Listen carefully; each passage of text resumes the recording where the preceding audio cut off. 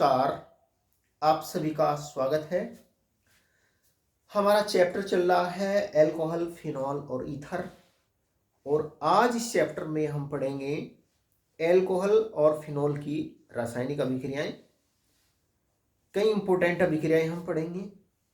तो शुरू करते हैं। आज का हमारा टॉपिक अल्कोहल और फिनॉल की रासायनिक अभिक्रियाएं। जो अल्कोहल और फिनॉल होते हैं उनकी रासायनिक अभिक्रियाओं को CO आबंध तथा OH आबंध के विदलन के आधार पर दो भागों में बांटते हैं। अभिक्रियाएं जिनमें OH आबंध का विदलन होता है, क्लीवेज होता है, और अभिक्रियाएं जिनमें CO आबंध का विदलन होता है ना। इसको देखो यहां से समझ सकते हैं। देखो ये एथिल अल्कोहल है, OH। ये क्या है? एथिल अल्कोहल है ना। ये क्या है? CH3CH2OH। ये एथिल समूह एथिल अल्कोहल है। और देखो ये है फिनॉल, CH ये CH और यहां पर C और यहां पर OH। ये double bond single bond, double bond single bond, ये एकांतर क्रम में होते हैं। तो जो अल्कोहल और फिनॉल होते हैं ना, उनमें ये OH आबंध यहां से टूटता है। ऐसे फिनॉल में OH आबंध का क्लीवेज विदलन होता है, और ये यहां से भी आबंध टूटता है CO। कुछ रासायनिक अभिक्रियाओं में OH आबंध टूटता है, कुछ रासायनिक अभिक्रियाओं में ये CO आबंध ये यहां से टूटता है। ऐसे ये यहां से टूटता है।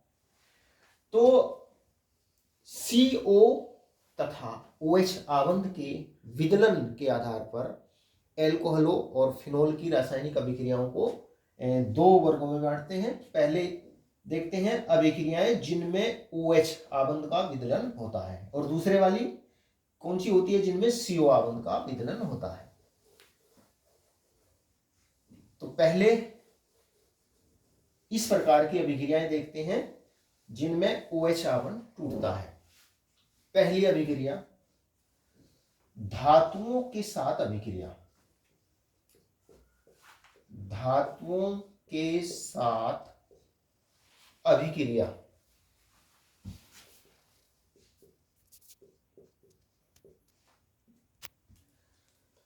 अल्कोहल और फिनॉल सक्रिय धातुओं, जो प्रबल अभिक्रियाशील धातुएं होती है, ये धन विद्युतीय धातुएं होती हैं।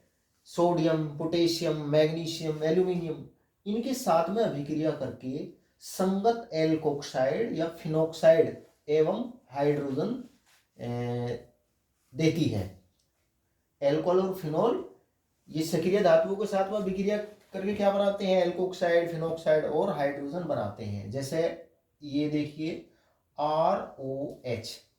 R जो होता है एल्किल समूह होता है। एल्किल समूह R बराबर क्या है? एल्किल समूह है। ये एल्किल समूह। एल्किल समूह जैसे सामान्यतः ये मैथिल समूह, ये एथिल समूह, ये क्या है? एल्किल समूह है। दूसरा भी हो सकता है प्रोपिल समूह, ब्यूटिल समूह। ये अल्कोहल है। इस सूत्र के यौगिक कहलाते हैं अल्कोहल। जो अल्कोहल होते हैं ना, वो सोडियम धातु, ये एक सक्रिय धातु है, इसके साथ में अभिक्रिया करके ये बनाते हैं एल्कोक्साइड। यहां से हाइड्रोजन विस्थापित होती है, RONA प्लस H, और ये जो H है ना, H2 के रूप में निकलती है। तो बैलेंस करेंगे तो ये 2ROH, ये 2Na लेंगे, तो ये बनता है सोडियम एल्कोक्साइड। ये बन गया सोडियम एल्कोक्साइड।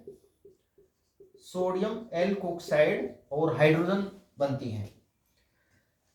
इसका उदाहरण देखते हैं। जैसे अगर हम R की जगह मैथिल समूह ले, CH3OH, मैथिल एल्कोहल, और Na, तो यहां से इसके दो अणु लो, इसके दो परमाणु लो, तो ये बनता है 2CH3ONA प्लस H2। ये बन गया सोडियम मेथोक्साइड। इसका नाम क्या होगा? Sodium methoxide. एक एक कार्बन है ना, तो एक कार्बन को मैथ, तो इसी से बना मेथॉक्साइड, सोडियम मेथॉक्साइड। ये सोडियम मेथॉक्साइड बनाता है। इसी प्रकार से C2H5OH, एथेनॉल सोडियम धातु के साथ में अभिक्रिया करके इसके दोनों लोग, यहां से ये हाइड्रोजन विस्थापित होती है H2 के रूप में, तो ये बनता है 2C2H5ONA प्लस H2। इसका नाम होगा सोडियम एथॉक्साइड। इसका नाम क्या होगा? सोडियम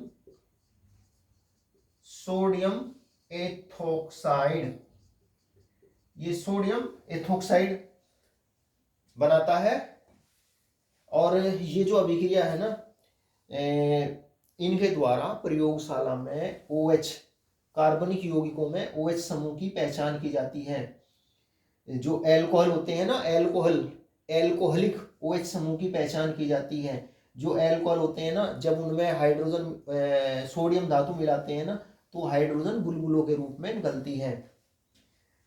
इसी प्रकार से देखो, ये फिनोल है, double bond single bond double bond, ये क्या है? फिनोल OH, ये फिनोल है। इसके दो अणु लो, ये जो H है ना, Na के द्वारा ये विस्थापित होती है Na, तो ये बनता है सोडियम फेनॉक्साइड।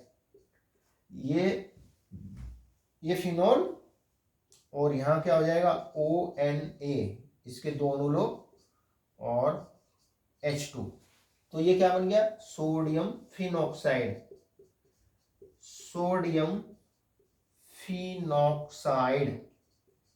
सोडियम फिनॉक्साइड बनता है। और ये अभिक्रियाएं देखो, इन अभिक्रियाओं में OH समूह में से हाइड्रोजन प्रबल धन विद्युती धातु के द्वारा विस्थापित होता है। तो ये अभिक्रियाएं एल्कोहल और फिनोल की अम्लीय प्रकृति को प्रदर्शित करती है। इन अभिक्रियाओं से ये प्रदर्शित होता है कि जो एल्कोहल और फिनोल होते हैं ना, उनकी अम्लीय प्रकृति होती है। इन अभिक्रियाओं से ये पता चलता है कि जो एल्कोहल और फिनोल होते हैं ना, क्योंकि ये सक्रिय धातुएं, ये बहुत अभिक्रियाशील धातुएं होती है, इनके साथ में अभिक्रिया करके इनमें से जो हाइड्रोजन विस्थापित होता है Na सोडियम के द्वारा, तो ये एल्कोक्साइड बनता है। तो ये एल्कोहलों की और फिनोलों की अम्लीय प्रकृति को प्रदर्शित करती है। या इसको इस तरीके से समझो, जो अम्ल होते हैं ना, अम्ल क्या होते हैं? जो प्रोटॉन देते हैं, जो हाइड्रोजन आयन देते हैं, उनको अम्ल कहते हैं। इनमें से H जो है ना, प्रोटॉन के रूप में निकलते हैं। और ये जो सोडियम धातु है, अभिक्रियाशील धातु है, ये अपना इलेक्ट्रॉन इसको दे देती है, तो ये H परमाणु बन गया। तो दो H परमाणु आपस में मिलकर के H2 बना लेते हैं, और जो सोडियम का धनायन बनता है, वो यहाँ से RO से वो जुड़ जाता है, RONA बन जाता है। तो ये अभिक्रियाएं एल्कोहलों की अम्लीय प्रकृति को प्रदर्शित करती हैं। इसके अलावा कुछ दो रिएक्शन और देखिए, आप इसको नोट करिए। यस,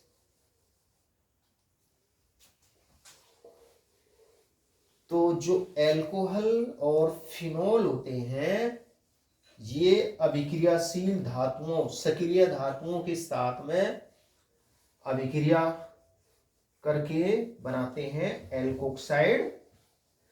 और अगर फिनोल अभिक्रिया करता है तो बनता है फिनॉक्साइड। तो अभिक्रिया लिखिए, देखिए ये है टर्सरी ब्यूटिल अल्कोहल, CH3CH3CH3OH, ये है टर्सरी ब्यूटिल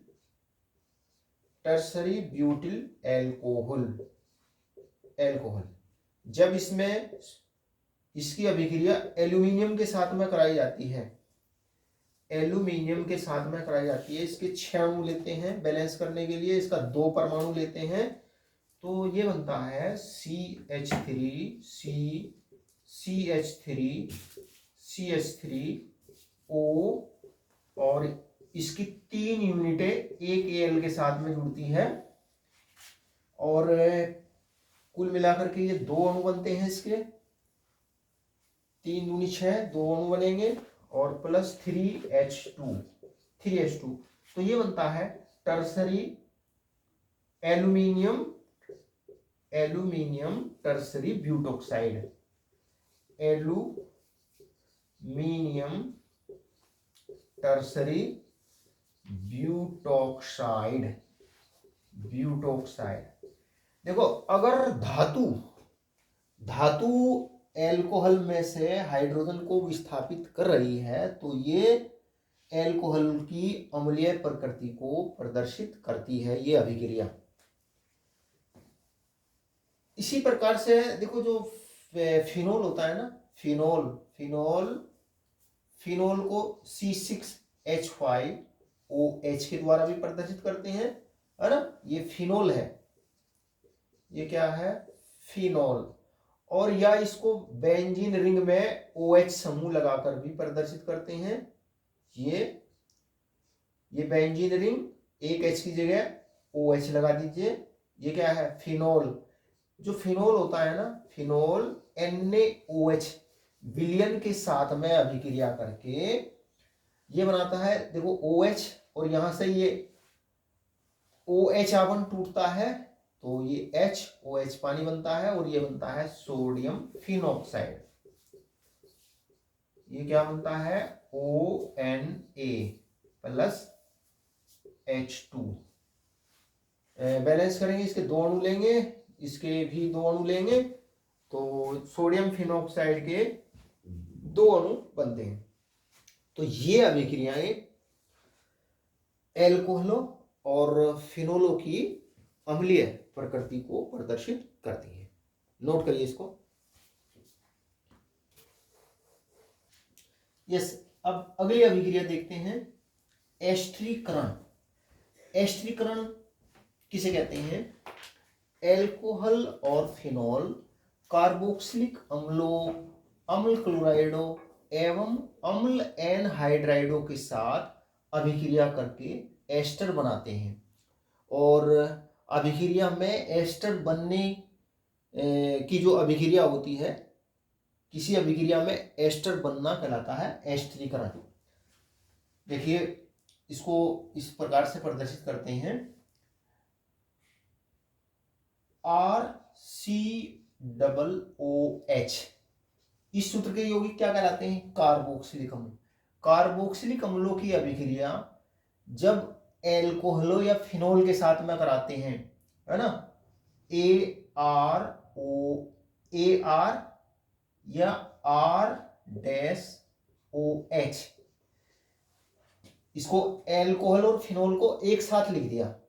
R समूह समान भी हो सकता है, इसके असमान भी हो सकता है ना, यानी कि यहाँ पे क्या है, ये R- क्या है, ये CH3 समूह भी हो सकता है, ये C2H5 समूह भी हो सकता है, और AR क्या है, यहाँ पे हम इसको मान सकते हैं ये फेनिल समूह भी हो सकता है ना। अगर हम AR को यहाँ पे C6H5OH मान ले तो देखो ये फिनोल हो जाएगा, ये मैथिल एल्कोहल हो जाएगा, ये एथिल एल्कोहल हो जाएगा।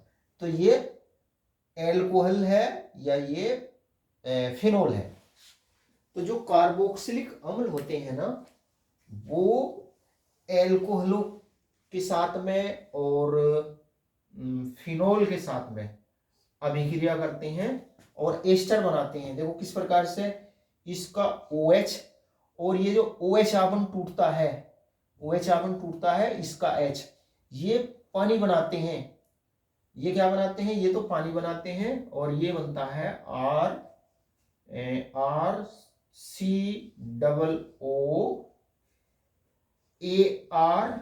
या R- समूह यहाँ पे जुड़ता है, और प्लस H2O, OH और ये H, तो ये H2O बन गया, और इस R डैश का O यहाँ हो गया ये। तो ये एरिल समूह है, एरिल समूह, जैसे फेनिल समूह C6H5OH C6H5, और ये एल्किल समूह है, ये इसके समान भी हो सकता है, भिन्न भी हो सकता है। और ये इस सूत्र के यौगिक क्या कहलाते हैं? एस्टर। और ये अभिक्रिया अम्ल की उपस्थिति में होती है। अम्ल, H आयन का मतलब अभिक्रिया अम्ल की उपस्थिति में हो रही, और अम्ल इस अभिक्रिया में होता है concentrate H2SO4, H2SO4 concentrate H2SO4 इस अभिक्रिया के लिए उत्प्रेरक का भी काम करता है, ये प्रोटॉन दाता का भी कार्य करता है। तो ये तो कार्बोक्सिलिक अम्लों की अभिक्रिया हुई एल्कोहल और फिनोल के साथ में। इसी प्रकार से अम्ल एनहाइड्राइड के साथ में अभिक्रिया दिखाते हैं। अम्ल एनहाइड्राइड क्या होते हैं? RCOCOO, इस सूत्र के यौगिक कहलाते हैं अम्ल एनहाइड्राइड। अम्ल एनहाइड्राइड इस सूत्र के यौगिक कहलाते हैं अम्ल एनहाइड्राइड। जब इसकी अभिक्रिया, देखो इस समूह को इससे पहले भी लिख सकते हैं, इसके बाद में भी लिख सकते हैं, इनके साथ में कराते हैं R डैश एल्किल समूह, एरिल समूह, है ना, मतलब ये एल्कोहल है, दोनों में से कोई सा समूह है, एल्कोहल या फिनोल। और ये भी उत्क्रमणीय अभिक्रिया है, उत्क्रमणीय अभिक्रिया है, अम्ल की उपस्थिति में होती है। अम्ल लेते हैं कंसंट्रेट H2SO4, सांद्र सल्फ्यूरिक अम्ल लेते हैं। तो देखो ये अभिक्रिया किस प्रकार से होती है? यहां से ये OH आवन टूटता है और ये H यहां जुड़ता है, तो ये हो जाएगा RCOOH, RCOOH। तो एक तो RCOOH बनेगा, और ये O इसके साथ में जुड़ता है, यानी कि RCO और एक O ये यहां वाला, तो ये बनता है RCOO R डैश, या ये एल्किल समूह या ये एरिल समूह होता है, और प्लस बनता है CH3 RCOOH, ये बन गया कार्बोक्सिलिक अम्ल। अम्ल क्लोराइड के साथ में अभिक्रिया इस प्रकार से होती है RCOCl, इस सूत्र के यौगिक क्या कहलाते हैं? RCOCl, इस सूत्र के यौगिक कहलाते हैं अम्ल क्लोराइड, इस सूत्र के यौगिक कहलाते हैं अम्ल क्लोराइड। अम्ल क्लोराइड की अभिक्रिया जब एल्कोहल या फिनोल AR, ये एल्किल समूह, ये एरिल समूह, दोनों एल्कोहल और फिनोल को एक साथ प्रदर्शित किया गया है। अगर इनको अलग अलग लिखेंगे तो इस तरीके से लिखेंगे ROH AROH, है ना, तो यहां एक साथ लिखा है। तो यहां से ये H और ये Cl इसके साथ में अभिक्रिया करते हैं, तो ये बनाते हैं HCl, और ये अभिक्रिया जो है ना अक्षारक पिरीडीन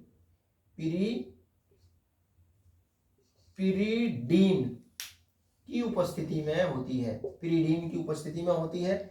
HCl निकल जाता है इसमें से, और ये बनता है RCOO R dash oblique AR plus HCl। तो जो एल्कोहल और फिनोल होते हैं ना, वो कार्बोक्सिलिक अम्लों, अम्ल एनहाइड्राइड, अम्ल क्लोराइड के साथ में अभिक्रिया करके एस्टर बनाते हैं। और जो एल्कोहल और फिनोल की जब कार्बोक्सिलिक अम्लों और एसिटिक एनहाइड्राइड के साथ में अभिक्रिया से जो एस्टर बनाते हैं ना, तो उसमें सांद्र सल्फ्यूरिक अम्ल वो प्रोटॉन दाता का भी काम करता है और उत्प्रेरक का भी कार्य करता है इन अभिक्रियाओं के लिए। तो कार्बोक्सिलिक अम्लों और अम्ल एनहाइड्राइडों के साथ एल्कोहल और फिनोल की एस्टीकरण की जो अभिक्रिया होती है, ये उत्क्रमणीय अभिक्रिया होती है। अम्ल की उपस्थिति में एस्टीकरण की अभिक्रिया कार्बोक्सिलिक अम्लों और अम्ल एनहाइड्राइड के साथ ये अम्ल उत्प्रेरित होती है और ये उत्क्रमणीय अभिक्रिया होती है।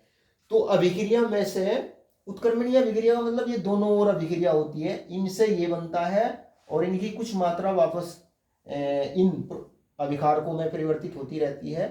तो अम्ल उत्प्रेरित अभिक्रियाओं के लिए अभिक्रिया में से जल को तुरंत हटा देते हैं।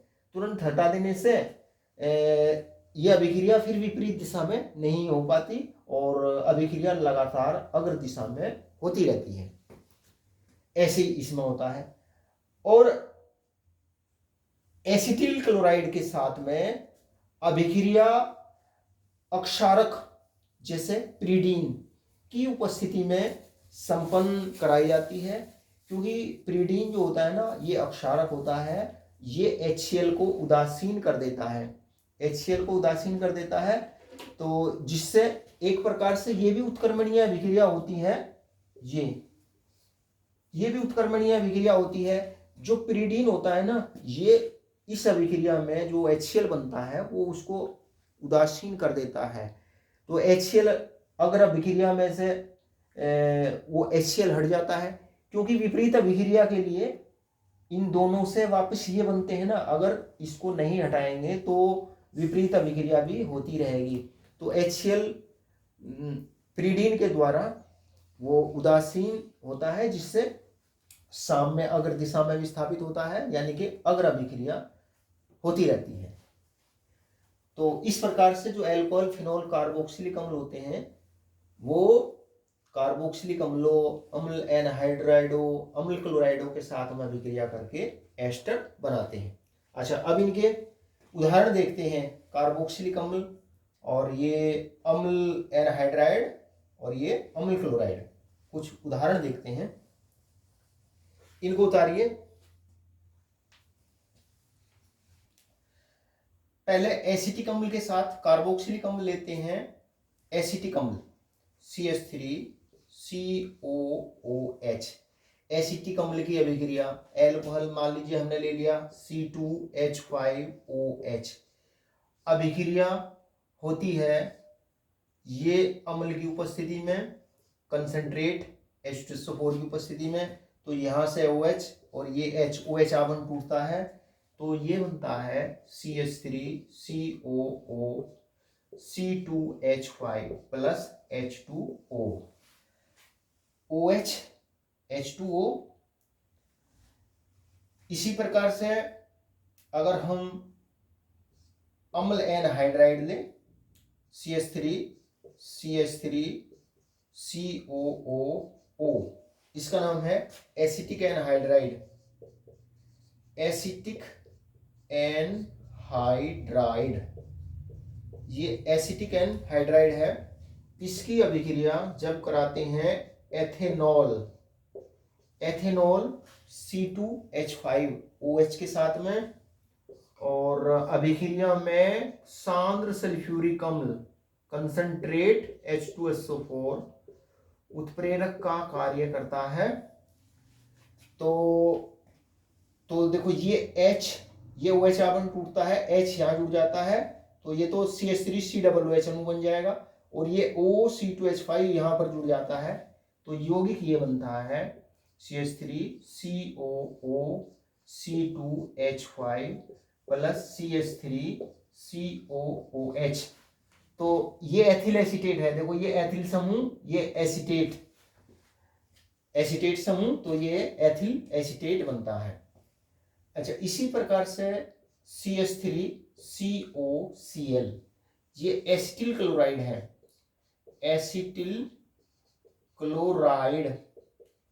एसिटिल क्लोराइड की अभिक्रिया मान लीजिए एथेनॉल के साथ में ही करा रहे हैं, एथेनॉल के साथ में, और ये अभिक्रिया बेस अक्षारक जैसे प्रीडीन की उपस्थिति में कराते हैं। तो ये यहां से OH आवन टूटता है, ये Cl, ये HCl बन जाएगा, और ये बनता है CH3COO C2H5 प्लस HCl, तो ये क्या बनता है, एथिल एसीटेट, ये बनता है एथिल एसीटेट। और देखो ये उत्क्रमणीय अभिक्रियाएं हैं, ये उत्क्रमणीय अभिक्रियाएं हैं। उत्क्रमणीय अभिक्रियाएं वे होती है जिनमें अभिकारक, देखो ये अभिक्रिया में भाग लेने वाले पदार्थ है, अभिक्रिया में भाग लेने वाले पदार्थों को अभिकारक कहते हैं, और उसमें बनने वाले जो पदार्थ होते हैं वो उत्पाद कहलाते हैं। अगर अभिक्रिया के द्वारा जो उत्क्रमणीय अभिक्रिया होती है वो अग्र और विपरीत दोनों दिशाओं में होती है। अगर अभिक्रिया के द्वारा उत्पाद बनते हैं, विपरीत अभिक्रिया के द्वारा उत्पाद वापस अभिकारकों में परिवर्तित होते रहते हैं। तो इन अभिक्रियाओं में जब ये प्रोडक्ट बनते हैं ना, तो इनकी कुछ मात्रा वापस अभिकारकों में बदलती रहती है। तो विपरीत दिशा में अभिक्रिया को रोकने के लिए इसमें से H2O को हटाते रहते हैं, है ना, अम्ल को हटाते रहते हैं। और इस अभिक्रिया के लिए उत्प्रेरक पिरीडीन इस्तेमाल किया जाता है, क्योंकि पिरीडीन HCl को उदासीन कर देता है, जिससे विपरीत अभिक्रिया नहीं हो पाती और शाम में अग्र दिशा में विस्थापित हो जाता है। नोट करिए ये अभिक्रियाएं।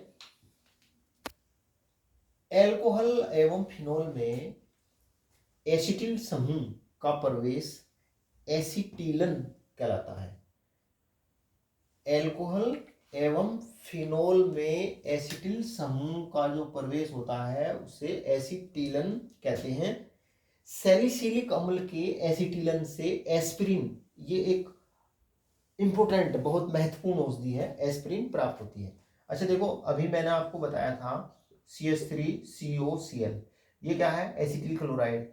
एसिटिल क्लोराइड की अभिक्रिया एथिल अल्कोहल के साथ में जब कराते हैं तो ये Cl, ये HCl बन जाएगा। पिरीडीन की उपस्थिति में OC2H5, है ना, तो ये बन गया एथिल एसीटेट। देखो ये OC2H5 समूह तो अल्कोहल से प्राप्त हुआ, और ये इसमें एसिटिल समूह जुड़ गया, ये समूह होता है एसिटिल समूह। तो अल्कोहल में एसिटिल समूह का प्रवेश कराना कहलाता है एसिटिलन। और इसी प्रकार से फिनोल में भी एसिटिल समूह का प्रवेश कहलाता है एसिटिलन। एल्कोहल और फिनोल में एसिटिल समूह का प्रवेश कहलाता है एसिटिलन। सैलिसिलिक अम्ल के एसिटिलन से एस्पिरिन प्राप्त होती है। देखो ये होता है सैलिसिलिक अम्ल,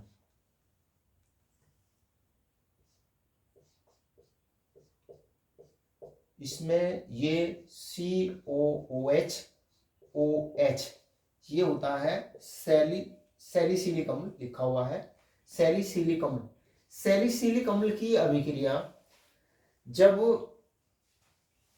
सैलिसिलिक अम्ल की अभिक्रिया जब एसिटिक एनहाइड्राइड के साथ में कराते हैं, CH3CO, CH3COO, एसिटिक, इसका नाम क्या है, एसिटिक एनहाइड्राइड। एसिटिक एनहाइड्राइड के साथ में कराते हैं, एसिटिक एनहाइड्राइड, एसिटिक एनहाइड्राइड के साथ में, और अम्ल की उपस्थिति में अभिक्रिया होती है, तो यहां से ये H और यहां तक ये CH3COOH बन जाएगा, और ये जो COCH3 है ना, ये समूह यहां जुड़ जाएगा, है ना, तो ये बन जाएगा, ये बन जाएगा COOH, और ये O, इसमें double bond, single bond, double bond एक अंतर क्रम में लगाओ, और O, ये COCH3 प्लस CH3COOH, इसका नाम है एसिटिल सैलिसिलिक अम्ल। एसिटिल सैलिसिलिक अम्ल, सैलिसिलिक अम्ल, और या इसको बोलते हैं एस्पिरिन, एस्पिरिन, एस्पिरिन। जो एस्पिरिन होती है, एस्पिरिन जो होती है ना, जो हार्ट पेशेंट होते हैं, हार्ट पेशेंट को एस्प्रिन औषधि दी जाती है, ब्लड पतला करने की औषधि है एस्प्रिन। और इसका उपयोग पीड़ानाशक के रूप में, एनाल्जेसिक के रूप में इसका इस्तेमाल किया जाता है। ये शोथनाशी मतलब जो सूजन कम करने वाली औषधि होती है, एंटी इन्फ्लामेटरी औषधि होती है। और जवरनाशी के रूप में, जवर मतलब एंटीपायरेटिक, एंटी जवरनाशी को क्या बोलते हैं, एंटीपायरेटिक औषधि के रूप में इसका उपयोग किया जाता है। तो जो एस्प्रिन होती है ना, एस्प्रिन का उपयोग पीड़ानाशी, पीड़ानाशी मतलब एनाल्जेसिक के रूप में, और शोथनाशी, शोथनाशी, शोथनाशी अंग्रेजी में इसको बोलते हैं एंटी इन्फ्लेमेटरी, एंटी इन्फ्लेमेटरी के रूप में, और जवरनाशी के रूप में, जवरनाशी, जवरनाशी को बोलते हैं अंग्रेजी में एंटीपायरेटिक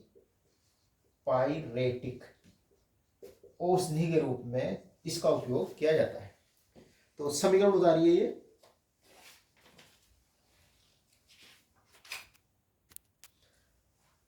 अगली अभिक्रिया ग्रिग्नार्ड अभिकर्मक, यह इसका नाम ग्रीनियर अभिकर्मक भी लिखा हुआ है, ग्रिग्नार्ड अभिकर्मक भी इस बुक में लिखा हुआ है। वैसे इसको ये भी नाम यही है, ग्रीनियर या ग्रिग्नार्ड अभिकर्मक के साथ अभिक्रिया।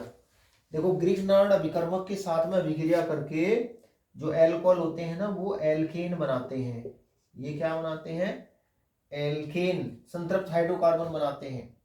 देखो जैसे ये है C2H5OH, एथिल एल्कोहल, और ग्रिग्नार्ड अभिकर्मक CH3MgBr। मान लीजिए हमने ये ले लिया मेथिल मैग्नीशियम ब्रोमाइड, RMgX सूत्र के यौगिक कहलाते हैं ग्रिग्नार्ड अभिकर्मक। R एल्किल समूह, X हैलोजन परमाणु। तो जो एल्कोहल होते हैं ना, उनकी जो हाइड्रोजन होती है वो अभिक्रियाशील होती है, अम्लीय लक्षण होता है इसमें। तो ये H इसके साथ में जुड़ करके ये CH4 बना लेती है, CH4 बना लेती है। तो ये बनती है एल्केन जिसका नाम है मेथेन, और ये बनता है MgOC2H5Br, है ना, एथोक्सी मैग्नीशियम ब्रोमाइड। और अगर हम इसी प्रकार से मेथिल एल्कोहल के साथ में अभिक्रिया दिखा सकते हैं, CH3MgBr, मेथिल मैग्नीशियम ब्रोमाइड। तो ये जो H होता है ना, ये अभिक्रियाशील होता है, सक्रिय हाइड्रोजन है ये। तो अम्लीय जो हाइड्रोजन होती है ना, वो सक्रिय हाइड्रोजन, उसकी सक्रियता उसमें अधिक होती है। तो ये इस एल्किल समूह के साथ में ये CH4 बन जाएगा, मेथेन बनती है CH4 प्लस ये बनेगा MgOCH3Br, ये यौगिक बनता है मेथेन। और अगर हम इसके साथ में अभिक्रिया देखें C6H5MgBr, ये फेनिल मैग्नीशियम ब्रोमाइड है, ये फेनिल समूह है, इसका नाम है phenyl magnesium bromide, phenyl magnesium bromide. इसकी अभिक्रिया मान लीजिए हमने मेथेनॉल के साथ में करा दी, मेथेनॉल या एथेनॉल के साथ में करा सकते हैं। तो ये H जो है ना, इसके साथ में ये बेंजीन बनता है, फिर C6H6 हो जाएगा, और ये बन जाएगा MgOCH3Br। तो ये बनती है बेंजीन। तो प्यारे विद्यार्थियों, आज इस वीडियो में हमने पढ़ा कि जो एल्कोहल और जो फिनॉल होते हैं ना, उनकी रासायनिक अभिक्रियाएं, और कौन सी रासायनिक अभिक्रियाएं जिनमें OH आबंध का विदलन होता है। तो आज की वीडियो में इतना ही। नमस्कार।